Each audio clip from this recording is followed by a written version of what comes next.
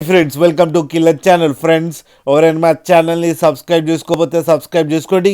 ఎవరైనా మీ డాగ్స్ కానీ మీ పెట్స్ కానీ అమ్మాలకు కూడా మా ఛానల్ త్రూ మా ఛానల్ వాట్సాప్ నెంబర్కి మెసేజ్ పెట్టండి. ఫ్రెండ్స్ ఇవాళ మీకోసం టాప్ క్వాలిటీ సిజ్జు పప్పీస్ తీసుకురావడం జరిగింది. ఇది హైదరాబాద్ దగ్గర పటాన్ చెరువులో అవైలబిలిటీలో ఉంది.